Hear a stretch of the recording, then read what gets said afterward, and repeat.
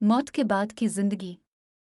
हज़रत अब्दुल्लाह बिन अब्बास रज़ी अल्लाह अन्हु से रवायत मनक़ूल है कि बनी इसराइल की एक बहुत बड़ी जमात से जब इनके पैगंबर हज़रत हज़क़ल अलैहिस्सलाम ने ये कहा कि तुम लोग दुश्मन से जंग के लिए तैयार हो जाओ, तो वो लोग अपनी जान के खौफ से भाग खड़े हुए। नुक्ता जब इनको ये यकीन हो गया कि अब वो जिहाद और मौत से बच गए हैं, तो वो एक महफूज वादी में जाकर छप गए। नुक्ता पैगंबर मोहतरम और अल्लाह ताला को ये बात पसंद ना आई और अल्लाह ताला ने इनको अबदी नींद सलादा।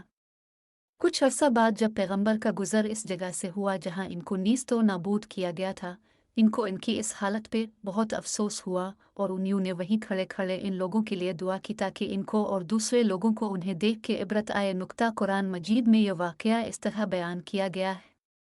क्या तूने इन लोगों को नहीं देखा जो मौत के डर से अपने घरों से निकले, फिर अल्लाह ने फरमाया कि मर जाओ और फिर इनको जिंदा कर दिया। नुक्ता बेशक अल्लाह लोगों पर अपना फजल करने वाला है, लेकिन अक्सर लोग शुक्र